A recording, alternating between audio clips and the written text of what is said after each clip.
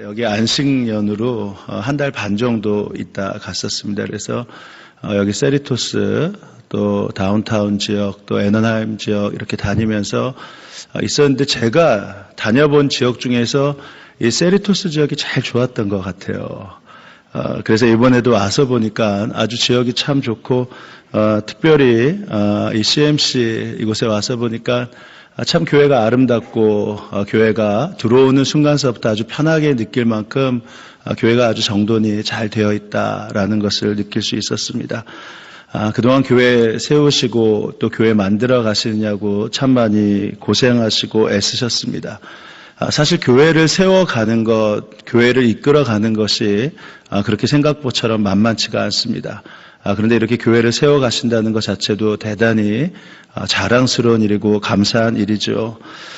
그런데 생각해보면 여러분들이 교회를 지킨 것은 많지만 교회를 지켜나간 것은 분명하지만 교회의 주인은 아니었다. 이것도 분명히 아셔야 된다는 것입니다. 그럼 교회의 주인이 누구일까요? 교회의 주인은 예수 그리스도입니다. 이것을 꼭 저희가 알아야 돼요. 죄송하지만 교회의 주인은 담임 목사님도 아니고 우리 장로님들도 아니고 우리 성도님들도 아니고 예수 그리스도이십니다. 예수님은 분명히 마태복음 16장에서 이렇게 말씀하셨어요. 베드로가 이렇게 고백했지요. 주는 그리스도시요 살아계신 하나님의 아들입니다. 그때 예수님의 주되심, 그리스도 되심을 고백할 때 예수님이 기뻐하시면서 이렇게 말씀하셨습니다. 이 반석 위에 내 교회를 세우리라. 내 교회를 세우리라. 그러니까 이때 예수님의 말씀을 가만히 새겨보면 예수님은 분명히 내 교회를 세우리라고 하셨어요. 그러니까 모든 교회의 주인은 누구가 되어야 하냐면 예수님. 바로 예수님이 주인 되어야 한다라는 것입니다. 그래서 이 땅의 모든 교회, 이 CMC를 비롯해서 이 땅의 모든 교회의 주인은 예수님이다. 이 사실을 분명히 깨닫고 나아가야지만 교회가 교회되어지고 교회가 주님의 교회로 온전히 세워져 갈 수 있는 것입니다. 그럼 예수님의 교회가 되게 하기 위해 예수님이 우리에게 허락한 것이 무엇일까? 우리가 그것을 알며 함께 교회를 세워가야 하는데 예수님이 당신의 교회를 세우기에 허락하신 것이 바로 성령입니다. 예수님이 교회를 세우신다고 말씀하시고 난 다음에 이 교회가 세워진 시작은 바로 성령이 임하면서 시작이 된 것입니다. 성령을 알지 못하고 성령의 능력이 임하지 않으면 예수님이 세우시는 교회, 그것은 그래서 성립될 수 없는 것입니다. 한번 성경을 자세히 보십시오. 사도행전 2장에 예수님이 승천하신 후에 10일 후에 오순절 마가의 다락방에서 성령이 임했습니다. 그리고 그날부터 이 땅의 교회가 시작된 것입니다. 그래서 한번 따라해 보시죠. 성령이 임하면서 교회가 시작되었다. 예수님의 복음이 전해지고 훈련되어져야 하는 것이 바로 교회인데 그것은 바로 성령을 통해서만 시작되었다라는 것입니다. 여러분, 우리도 마찬가지예요. 여러분이 어떻게 예수님을 믿게 되셨습니까? 2000년 전에 이스라엘의 조그만 나사렛이란 곳에서 한 사람이 태어났고 그 사람이 십자가에 못 박혀 죽었습니다. 근데 우리는 그 사람을 우리의 구주로 믿고 그분을 믿는 자가 바로 천국에 갈 수 있다라고 말하고 있어요. 어떻게 우리에게 그런 일이 벌어지죠? 바로 우리에게 성령님이 임하셨기 때문입니다. 성령이 아니고서는 어느 누구도 예수 그리스도를 주로 고백할 수 없고 성령이 아니고서는 어느 누구도 이 땅의 교회들을 세워갈 수 없는 것입니다. 그래서 명백하게 우리가 알아야 될 것이 무엇이냐?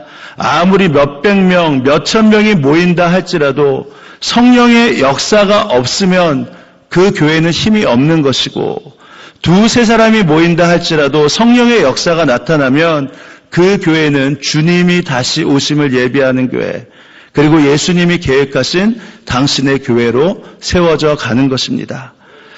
그래서 성령님에 대해서 아셔야 돼요. 오늘 저녁에 HYM 집회에서도 성령님에 대해서, 성령의 권능에 대해서, 성령의 충만에 대해서 함께 나누는 시간을 갖고 그것을 주님께서 깨닫게 하셔서 함께 그것들을 풀어가는 시간을 갖겠습니다만 우리가 성령에 따라서 온전히 행하여 나아가야지만 교회가 환경과 어떤 여건에 따라서 이리 치이고 저리 치이는 그런 우를 범하지 않게 되는 것입니다. 그래서 교회 안에는 날마다 성령의 역사가 파동을 쳐야 해요. 그럼 이 성령의 기초 가운데 이제 우리가 해야 될 일은 무엇인가? 바로 주님이 원하시는 두 기둥을 세워가야 하는 것입니다. 첫 번째 기둥은 무엇이냐? 예수님 한 분이면 충분하다. 예수님 한 분이면 충분하다라는 기둥을 교회 성도들이 함께 세워가야 하는 것이고요. 또 하나는 우리의 삶의 시계를 종말, 주님 앞에 서게 될 날을 사모하면서 모든 성도들이 그 눈을 열어 함께 교회의 기둥을 세워가는 것입니다. 이래야지만 주님께서 원하시는 교회를 만들어갈 수 있어요. 자, 첫 번째 뭐라고 했죠? 어떤 기둥을 세워야 한다고요? 예수님 한 분이면 충분하다. 이 기둥을 세워가야 하는 것입니다. 저희가 오늘 본문을 읽을 때 많은 분들이 본문을 읽으면 굉장히 많이 마음이 무겁습니다. 왜냐하면 그렇게 살기가 쉽지 않거든요. 초대교회 교인들의 예수를 믿고 그리고 그들이 교회를 세워가면서 했던 첫 번째 일이 무엇이냐? 있는 물건을 다 통용했어요. 그리고 자기의 소유와 재산을 다 팔았습니다. 그리고 필요한 사람에게 나누어 줬어요. 그러니까 이 말씀을 우리가 들으면 굉장히 무겁습니다. 재산이 없는 사람은 별로 무겁지 않아요. 청년들은 이 말씀 들으면 당연하죠 라고 합니다. 근데 재산이 많으면 굉장히 힘들어합니다. 또 목사가 이거 나누라고 하는구나. 목사 이거 베풀라고 하는구나. 근데 사실 처음 교회가 세워질 때는 서로 물건을 나누고 통용할 수밖에 없는 그러한 상황이었습니다. 여러분 생각해 보세요. 베드로가 성령을 받고 난 다음에 그 당시에 절기를 지키려 왔던 많은 사람들 앞에서 복음을 전했습니다. 근데 복음을 전한 다음에 몇 명이 그날 예수님을 영접한 줄 아십니까? 3,000명이 예수님을 영접했어요. 그리고 3,000명이 예수를 영접한 다음에 그들이 세례를 받았습니다. 자, 그날은 정말 기적의 날이에요. 영광의 날이에요. 어떻게 이런 일이 있을까 할 만큼 놀라운 날이었습니다. 그런데 제자들이 그 다음날 어땠을까요? 기쁘기만 했을까요? 굉장히 마음에 걱정과 근심이 많았을 것입니다. 왜냐하면 3,000명 가운데 예루살렘에 살던 사람들은 지극히 소수였을 것입니다. 대부분은 유대인의 절기를 지키러 세계 각국에서 왔던 디아스포라 유대인이었을 겁니다. 그들이 다시 예수님을 영접하고 고향 땅으로 간다. 그들은 예수님에 대해서 제대로 알지 못해요. 그들이 예수님에 대해서 안 것은 죄사함을 받고 구원을 받고 세례를 받은 그 사실 하나였습니다. 그러니 그들이 다시 고향에 가서 예수 믿는 신앙을 유지할 수 있겠습니까? 그러니까 제자들에겐 놀라운 날 다음에는 걱정과 근심의 날이 시작됐습니다. 도대체 이 일을 어떻게 하지? 이들에게 어떻게 예수님을 계속 믿게 하는 그러한 일들을 나타낼 수 있을까? 그들이 기도하면서 결정한 사항은 아주 간단했습니다. 이들이 우리와 함께 이 예루살렘에서 하나님이 떠나라고 할 때까지 있으면 되겠구나. 그 결정을 하고 난 다음에 이제 그들의 모든 결정은 굉장히 단순해졌습니다. 먼저 예배드릴 장소를 찾아야 했어요. 근데 감사하게 성전 뒤뜰이라고 하는 그 솔로몬의 행각이라는 곳이 몇천 명이 예배를 드려도 될 만큼 넓은 장소였습니다. 46절에 이렇게 나와 있죠. 성전에 모이기를 힘쓸 수 있는 그 자들이 있었던 곳이 바로 솔로몬의 행각이라는 거예요. 자, 그러면 함께 3,000명이 예배드릴 수 있는 장소, 그 장소는 이제 확보가 된 겁니다. 이것으로 확보된 것이 끝난 것이 아니에요. 또 무엇이 확보돼야 되죠? 예루살렘에 거하려면 주거지. 또 거할 수 있는 곳이 있어야 되지 않겠습니까? 그럼 어떻게 결정을 내리면 되죠? 예루살렘에 살던 사람들이 자기의 집을 내주기 시작하면 됩니다. 그 당시 예루살렘 교회에 또 예루살렘의 지역에 있는 거주 지역을 보면 보통 한 10명 정도가 사는 대가족들이 모여 있는 곳이었습니다. 근데 한 번에 3,000명이 함께 거주하기 시작한다. 그렇다면 예루살렘에 있는 교인들이 자기의 집을 내주면 됩니다. 자기의 집을 내주기 위해서 그러면 10명, 20명씩 받아서 20명, 30명씩 그 집에 거하기 시작한다. 그러면 그 집이 좁으니까 무엇을 내놔야 되죠? 세간살이를 내놔야 돼요. 왜냐하면 그렇지 않고서는 그들이 함께 거할 수 없기 때문입니다. 만약에 예루살렘에 살던 사람들 가운데 부유한 사람이라면 급하게 자기 집을 팔기 시작했을 것입니다. 그래서 많은 사람들이 거주할 집을 대여섯째 사기 시작하면서 그들이 거할 수 있는 장소들을 마련하기 시작했겠죠. 그래서 그 당시의 상황으로 봤을 때 어쩔 수 없이 그들은 서로 물건을 통용해야겠고 자기의 재산을 팔아가면서 함께 신앙생활을 유지할 수밖에 없는 그러한 상황이 오늘 본문의 상황입니다. 그러니까 무조건 나눈다, 무조건 소유를 판다라는 것이 중요한 것이 아니라 왜 이들이 이럴 수 있었냐, 어떻게 이들이 이렇게 할 수 있었냐, 그것을 아는 것이 더 중요하다라는 것이죠.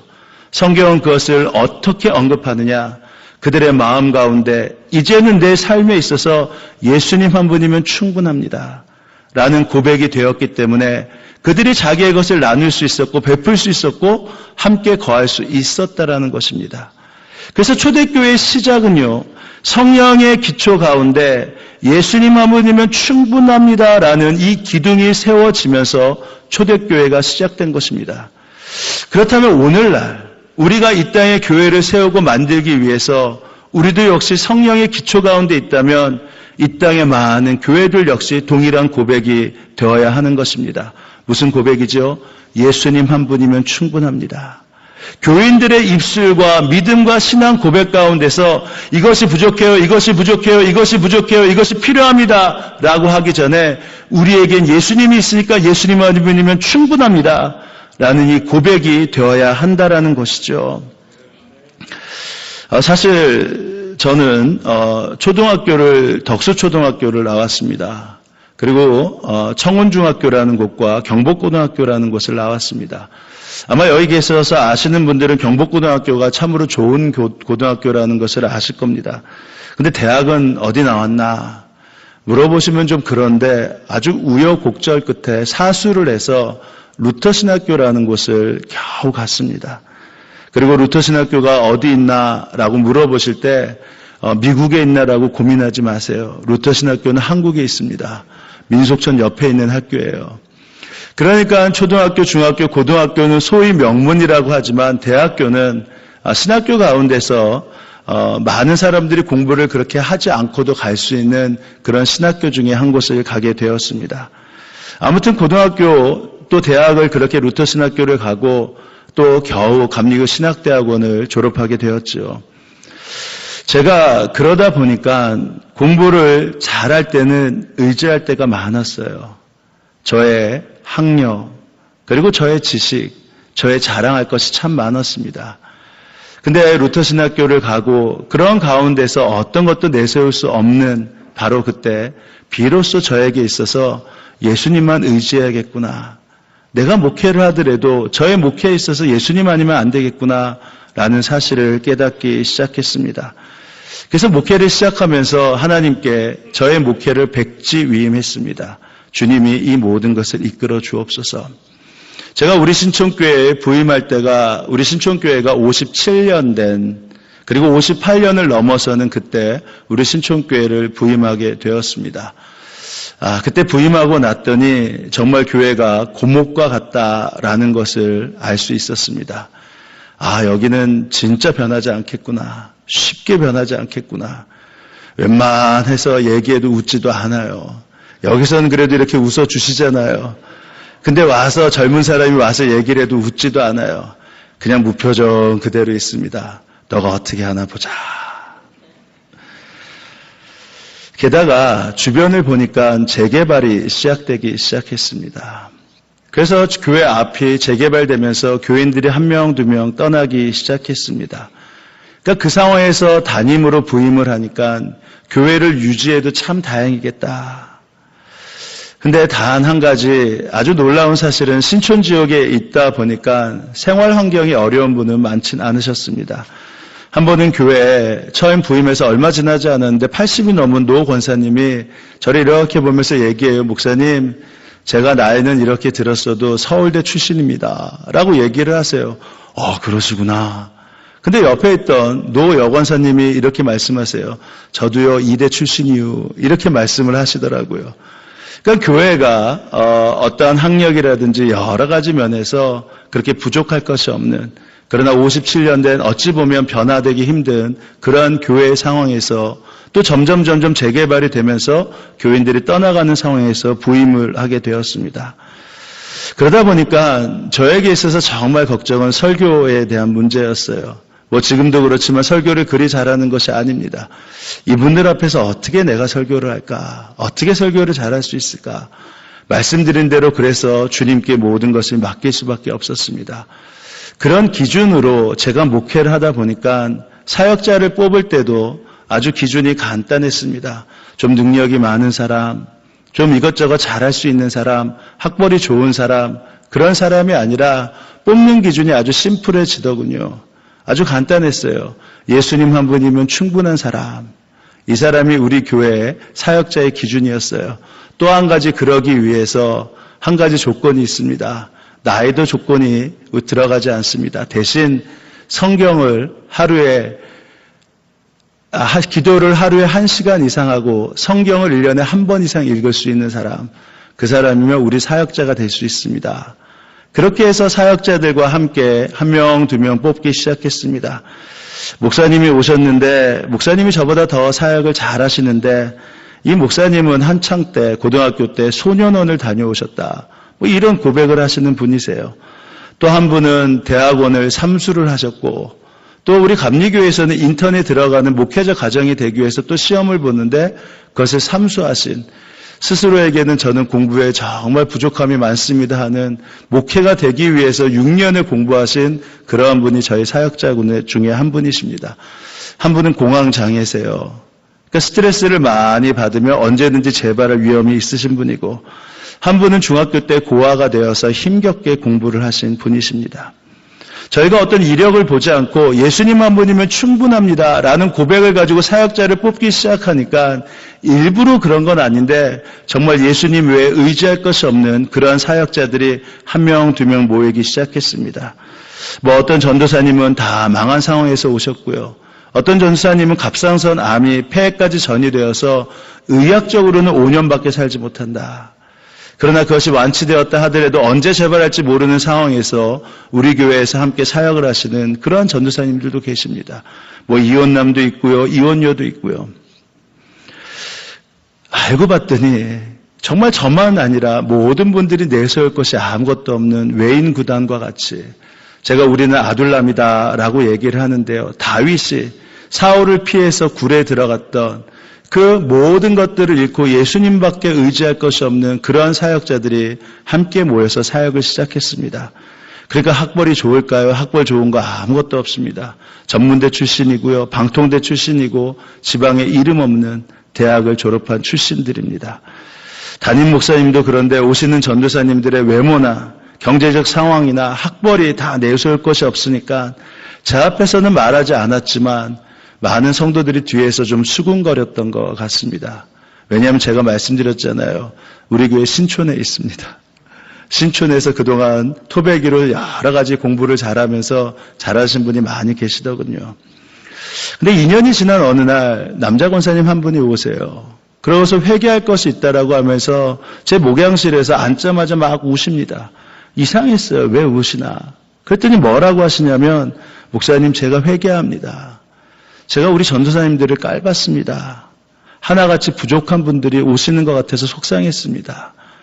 자기가 보니까 다른 교회 이제 친구들 만나보면 다른 교회 전도사하고 목사님 오면 학벌이 너무 좋은데 담임 목사님이야 그렇다 치더라도 어떻게 담임 목사님이 모시는 사역자마다 다 그렇게 내세울 것도 없고 외모도 그런가. 그래서 그것이 속상하고 그것이 마음에 들지 않았다고 해요. 근데 2년이 지난 어느 날 깨닫기 시작한 겁니다. 교회는 학벌로, 물질로, 능력이 교회를 세워가는 것이 아니라 예수님이면 충분한 사람들이 교회를 세워가는구나. 그래서 그것이 우리 사역자가 된 것이 너무 감사하다고. 그리고 그것들을 우리에게 보여줄 수 있는 사역자들이 되어서 너무 감사하다고 하면서 회개하며 눈물을 흘리시는 그러한 일들이 있었습니다. 참 감사한 것은 이런 귀한 사역자들과 함께 예수님이면 충분한 그러한 성도들과 교회를 세워가기 시작하니 교회의 변화가 일어나기 시작했습니다. 제가 부임하고 난 다음에 더 어려운 상황들이 많았어요.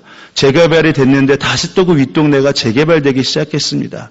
제가 부임하는 동네가 염리동이라는 지역인데 제가 부임할 때는 한 32,000명 정도의 주민이 있었는데 지금은 한 8,000명 정도의 주민밖에 남지 않은 그러한 상황에 교회가 그 가운데 있는 상황입니다.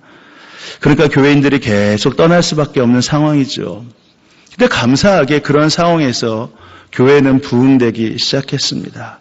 유지되는 것도 참 쉽지 않은데 한 명, 두 명 교회에 성도들이 오기 시작했어요. 그동안에 몇 분이나 오셨나 봤더니 한 300여 분 이상이 교회에 새롭게 등록하셨습니다. 그리고 참 감사한 것은 그중에 75%가 예수님을 처음 믿으신 분, 그리고 예수님을 처음 믿는 것과 같은 초신자에 불과한 분들이 75%나 교회를 등록하기 시작했습니다. 또 청년들도 새롭게 세워지기 시작했어요. 많은 분들이 저에게 묻기 시작했습니다.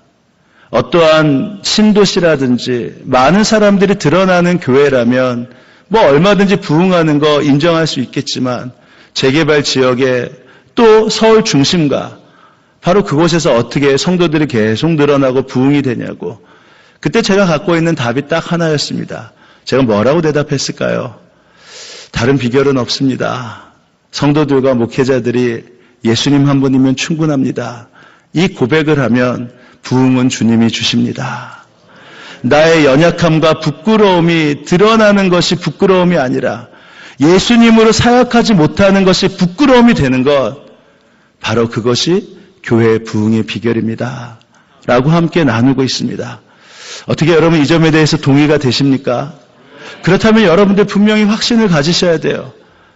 이 CMC는 능력이 있는 사람, 오래된 사람, 또 많은 것을 경험한 사람이 아니라 예수님 한 분이면 충분한 사람들이 교회의 기둥으로 서 가야 하는 것입니다.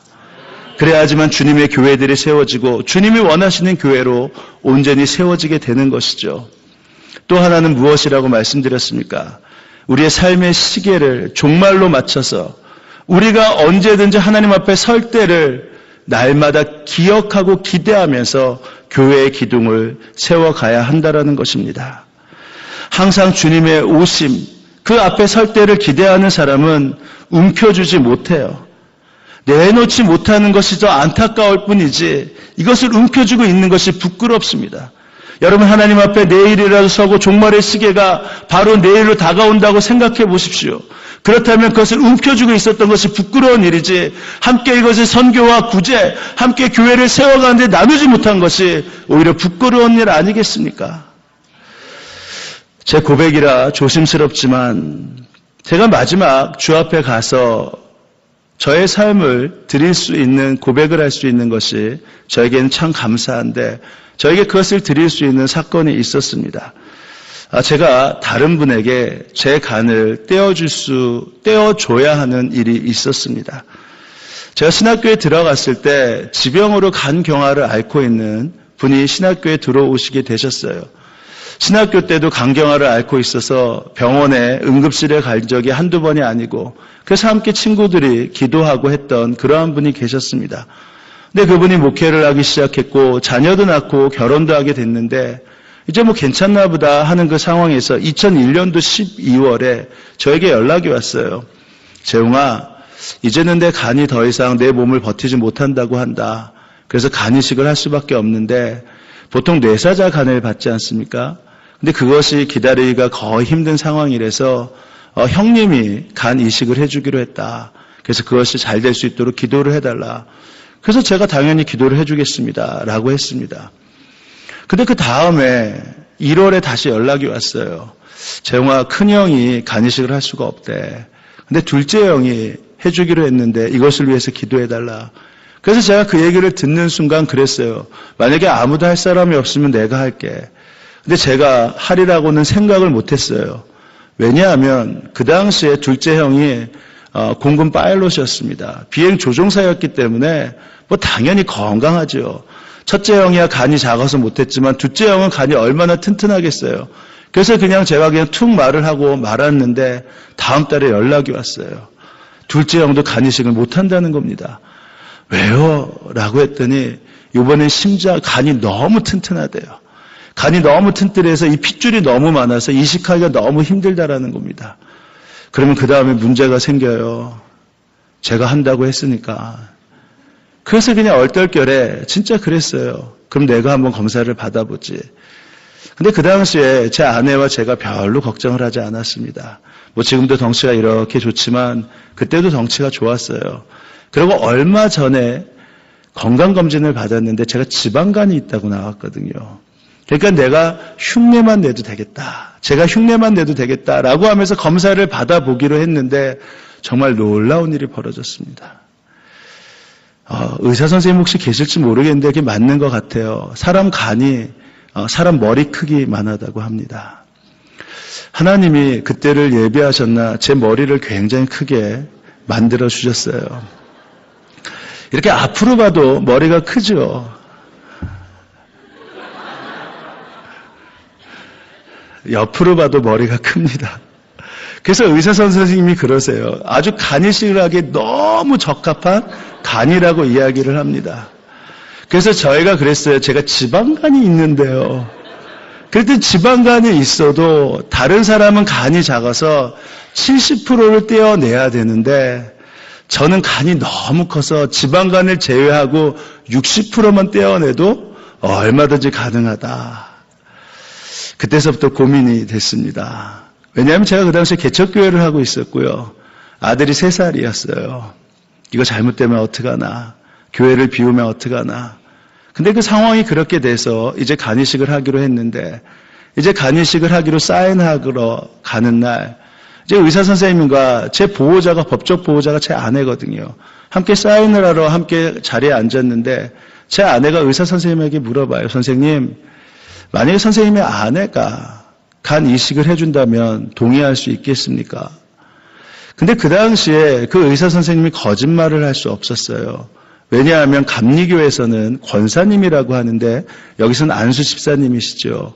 그러니까 제가 전도사 시절이라고 하더라도 이분이 권사님이시니까 전도사 앞에서 어떻게 거짓말을 하겠어요. 나 같아도 못한다. 근데 왜 그러냐면 이 간을 떼면 간하고 쓸개가 붙어 있는데 쓸개도 떼어내야 됩니다. 그래서 제가 쓸개 빠진 놈이에요. 쓸개가 없어요. 그리고 간을 떼어내는데 이게 사실 굉장히 위험한 수술입니다. 생명을 살려야지 중요한 일이지만 이것이 만만치가 않아요. 의사 선생님이 자기도 자기 아내가 한다면 동의를 못하겠다. 그러니까 아내가 울면서 근데 나한테 어떻게 동의를 하라고 하냐고. 그래서 그날 사인을 안 했어요. 이 난감한 일이 벌어졌죠. 밖에서는 이제 사인을 하고 빨리 이식을 해야 되는데 어떻게 해야 되나. 이제 그런 상황이 벌어져서 저희 아버지가 목사님이신데 아버지한테 말씀을 드렸어요. 아버지, 제 아내가 이런 상황이라서 사인을 못하고 왔어요. 그랬더니 며칠 있다가 저희 아버지가 제 아내를 일산에 있는 집으로 부르셨습니다. 그리고 제 아내를 불러놓고 이렇게 얘기해요. 선주야, 아빠도 재웅이가 간이식을 한다고 할 때 가슴이 털썩 막혔다. 그리고 이 아들 그러다가 죽는 거 아닌가라는 걱정도 했다. 근데 만약에 재웅이가 이 수술을 못하면 그래서 그분이 돌아가시게 된다면 재웅이는 평생 목회를 못할 것이다. 어떻게 예수님의 고난에 대해서 얘기하고 예수님의 희생에 대해서 얘기하고 예수님의 사랑에 대해서 말하겠냐. 그러니까 너가 사인을 안 하면 그러면 재웅이는 목회를 못한다. 그 아내가 사인을 해야죠. 그래서 아내가 사인을 해서 저는 9시간 반에 걸쳐서 제 간을 띄고 그분은 13시간 반에 걸쳐서 제 간을 받게 되었습니다. 그러고 나서 간 이식을 하고 났더니 깜짝 놀랐는데 곳곳에서 인터뷰를 하자는 요청들이 오기 시작했어요. 왜냐하면 그 당시에 한 해에 한 250건 정도의 생체 간 이식이 있는데 그중에서 알지 못하는 사람의 간 이식 해주는 횟수는 20회 미만에 불과했다고 합니다.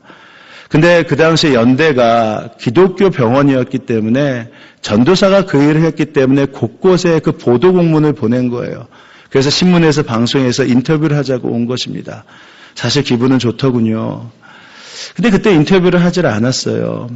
그러면서 그때 주님 앞에 제가 이 일을 통해서 주님 이것을 제가 원했던 것은 아닌데 이렇게 만들어 주셨다면 이 일을 통해서 제가 어떤 것을 얻게 됩니까?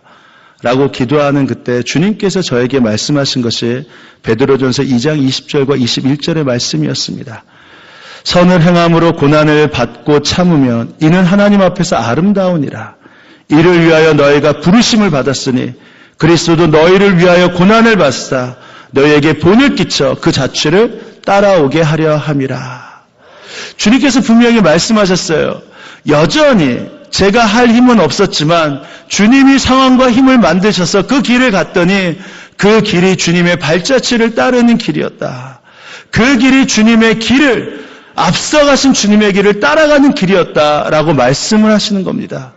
그러고 나서 주님께 새벽에 기도하는데 놀라운 일을 주님이 저에게 보여주시기 시작하셨습니다. 주님이 갑자기 물어보세요. 재웅아, 그 목사님 간이식 했는데 몇 년도 살 것 같냐? 그래서 제가 그랬어요. 40에 그분이 간이식을 받았거든요. 한 40이요? 한 50이요? 여러분 간이식을 받았어도 결국은 죽는 거 아니겠습니까? 그래서 그러고 있었어요. 그랬더니 재웅아, 나는 너가 사람들은 간이식을 한 것을 가지고 칭찬하고 격려하지만 나는 그거보다 너를 통해서 한 영혼이 구원받고 한 영혼이 구원받는 그 일로 인하여 너무나 기쁘다 라고 하시면서 뒤를 돌아보라고 하시는 거예요. 개척교회에서 새벽 예배에 기도하니 누가 있겠습니까? 근데 뒤를 돌아보는데 놀라운 일이 벌어지고 있는 것입니다. 제가 한 명에게 주의 복음을 전했는데 그 자가 다시 2명에게 복음을 전하고 2명이 4명이 되고 4명이 8명이 되고 8명이 16명이 되고 16명이 32명이 되고 32명이 64명이 되면서 뒤에 저 하나로 인해 제가 복음을 전한 그 한 사람을 통해 수없이 많은 자들이 천국에 가는 백성들로 서 있음을 주님이 보게 하셨습니다. 얼마나 감사한지요. 얼마나 행복하던지요. 여러분, 그래서 제가 주 앞에 설 때 주님께 드릴 수 있는 고백이 간이식을 한 것이 아니라 저를 통해 한 영혼이 구원받고 저를 통해 한 영혼이 수없이 많은 자들 앞에서 구원받는 백성으로 서 있게 됨, 그것이 감사하고 기쁜 일이라는 것입니다. 여러분, 우리가 삶의 시계를 종말로 마치고 있으면 지금 우리가 중요하다고 생각하는 것이 진짜 중요한 것이 아니라 하나님 앞에 드릴 것이 있는 것이 중요한 일이고 그것이 바로 생명의 구원이고 내 삶에 있어서 바쁘고 힘든 것이 아니라 주님을 위해서 바쁘고 힘든 것이 주님 앞에 드릴 수 있는 고백이고 축복임을 반드시 알게 된단 말입니다. 그러니 교회의 기둥은 무엇이에요? 예수님 한 분이면 충분하다는 기둥과 그리고 삶의 시계를 종말로 맞춰가면서 그 삶을 향해 따라가는 수많은 성도들이 모여 있는 기둥이 바로 예수님이 원하시는 교회의 기둥이 된다 말입니다. 여러분이 교회는 지금도 많이 있어요. 제가 이집트에 9박 10일 동안 여행을 간 적이 있습니다. 그때 참 많은 것을 봤어요. 스핑크스도 보고 피라미드도 보고 룩소르라는 곳도 방문하고 알렉산드리아라는 곳도 방문했습니다. 참 고대 문명이 대단하더군요. 근데 제가 지금 그것이 잘 기억나지 않아요. 근데 딱 한 가지 기억나는 것이 있습니다. 목가담이라는 지역이에요. 제가 그 지역을 들려보지도 않았습니다. 이집트의 수도 카이로에서 이제 지나가고 있는데 그 가이드 선생님이 말씀을 하세요. 저 지역이 쓰레기 마을입니다. 쓰레기 마을인가 보다. 그렇게 보고 있었는데 그러면서 말씀하세요. 저기 있는 쓰레기 마을의 대부분은 크리스찬입니다. 그러니까 제가 귀가 솔깃하죠. 무슨 말인가. 그랬더니 그들이 쓰레기 마을에 있는 이유를 이야기하십니다. 그들이 그리스도인의 신앙을 지키기 위해서 그 쓰레기 마을을 벗어나지 않는다는 거예요. 이집트가 이슬람이 국교이기 때문에 그 그리스도인들을 회유해서 우리가 좋은 아파트를 져줄 테니 당신들이 이슬람교를 개종하면 아파트를 주겠다라는 이야기를 많이 한다고 합니다. 근데 그들이요, 그 자리를 벗어나지 않는데요. 모슬렘으로 좋은 아파트에 사는 것보다 쓰레기 마을에서 남들의 쓰레기를 주우면서 주님 오실 때를 기대하며 사는 것이 더 영광으로 알기에 그들이 그 자리를 벗어나지 않는다라는 겁니다. 그들 가운데 있는 교회가 바로 마가 기념교회에 있는 동굴교회라고 있다고 해요. 와서 인터넷에 찾아봤더니 있더군요. 근데 가이드 선생님이 그러세요. 그 입구에 이런 말이 적혀 있습니다. 무슨 말일까요? 아멘, come, Lord Jesus. 아멘. 주 예수여 오시옵소서.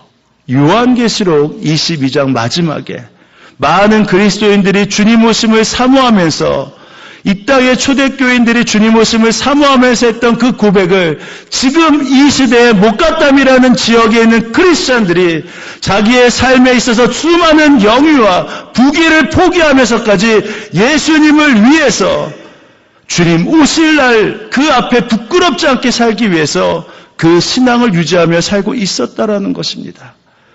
그것이 저에게 큰 충격이었어요.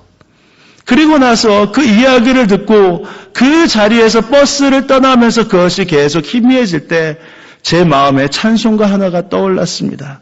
찬송가 338장이었어요. 내 주를 가까이 하게 함은 십자가 짐 같은 고생이나 내 일생 소원은 늘 찬송하면서 주께 더 나아가기 원합니다. 천성길 가는 길 험하여도 생명길 되나니 은혜로다. 천사 날 부르니 늘 찬송하면서 주께 더 나아가기 원합니다. 여러분, 이거 아셔야 돼요. 찬양 잘했다고 아시는 게 아니라 이거 정말 아셔야 돼요. 주님 앞에 가는 길이 험하여도 그 날을 사모하면 이 땅에서 비참할 거 없습니다. 이 땅에서 부족하다고 말할 것도 없어요. 이 땅에서 가진 것 더 움켜쥐려고 노력할 거 없습니다. 주신 것에 감사하면서 그것을 어떻게 나눌 수 있을까? 어떻게 함께 그 일들을 감당할 수 있을까? 내가 어떻게 용서하며 사랑할 수 있을까? 그것이 마지막 주 앞에 설날을 사모하는 자에게 허락하신 바로 축복이고 약속이라 말입니다. 그 기둥이 세워지는 한 예수님의 교회는 결코 무너지지 않는 것입니다. 오늘 이러한 그리스도인들이 세운 초대교회를 사람들이 어떻게 보신 줄 아십니까? 43절에 이렇게 나와 있어요. 그들을 두려워했다. 그들을 두려워했다. 여러분이 두려움이라는 이 헬라어 원뜻이 무엇인 줄 아십니까? 우리가 생각하는 것과 전혀 다른 뜻입니다. 무서워했다라는 뜻이 아니에요.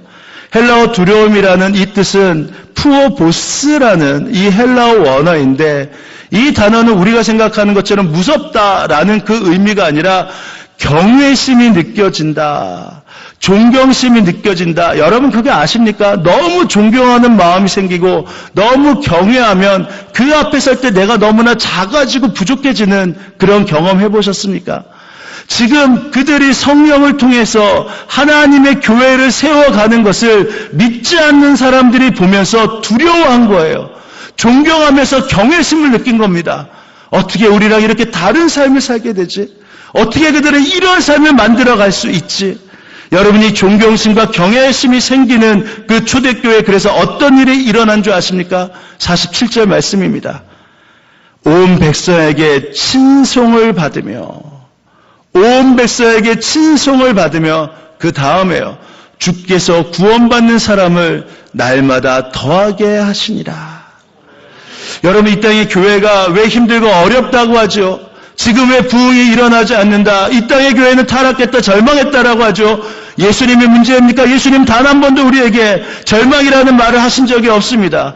예수님은 단 한 번도 이 땅에 포기라는 말을 하신 적이 없어요. 예수님은 단 한 번도 부흥이라는 단어를 우리에게 사라지게 하신 적이 없습니다. 예수님은 지금도 부흥을 바라시고 예수님은 지금도 많은 사람들이 주께 돌아오길 원하세요. 예수님이 잘못된 것이 아니라면 누가 잘못된 것입니까? 바로 혹시 우리가 아닐까요? 예수님이 우리에게 세우라고 했던 그 기둥, 예수님만 믿으면 충분합니다. 그리고 우리의 삶의 시계를 종말로 맞춰서 그때를 사모하면서 나아가는 그 기둥을 놓쳤기에 이 땅 예수님의 교회가 온 백성에게 두려움을 주는 그러한 교회가 되는 것이 아니라, 칭송받는 교회가 되는 것이 아니라, 주께서 그들 앞에 날마다 더하게 하는 교회가 되는 것이 아니라, 오히려 어떻게 교회가 이 모양이야? 어떻게 교회가 이렇게 되었어? 라는 말을 들어야 되는 교회로 전락한 거 아니겠습니까? 그러니까 여러분, 우리에게 지금도 소망이 있는 것이에요. 주님이 떠나지 않고 그분이 살아계시다면 다시 교회를 세워가면 되는 것입니다.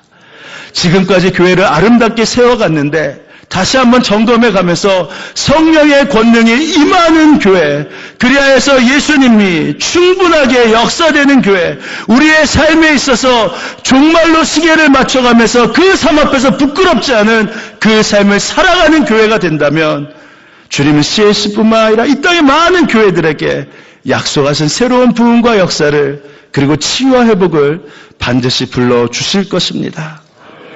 그게 바로 예수님이 원하시는 바로 그 교회, 성령을 알고 성령의 역사가 나타나길 사모하면서 세우셨던 바로 그 교회, 바로 그 교회가 되어가는 것입니다. 이제 말씀을 마쳐야겠습니다. A.W. 토저가 이런 말을 했더군요. 초대교회 때는 교회에서 성령님이 떠나면 90%의 교회 기능이 마비될 것이다. 근데 오늘날 교회에서는 성령님이 떠나더라도 단 10%만 교회의 기능이 마비될 것이다. 여러분, 심각한 말 아니겠습니까? 성령의 권능과 역사를 사모하며 나아가지만 우리가 성령으로 인하여 나아가지 않는다면 이 교회는 예수님이 없어도 얼마든지 이끌어질 수 있고 예수님이 없어도 얼마든지 세워질 수 있는 교회처럼 보일 수 있게 된다 말입니다. 그러니 지금서부터 여지껏 너무나 귀한 교회를 세우셨는데 다시금 어떤 교회를 세울 것을 여러분 다짐하셔야 됩니까? 예수님이 주인 되는 교회는 바로 성령의 충만함을 날마다 사모하면서 바로 예수님 한 분이면 충분한 기둥, 그리고 종말의 시계를 맞추는 기둥을 세워가기를 결코 잊지 않는 것입니다.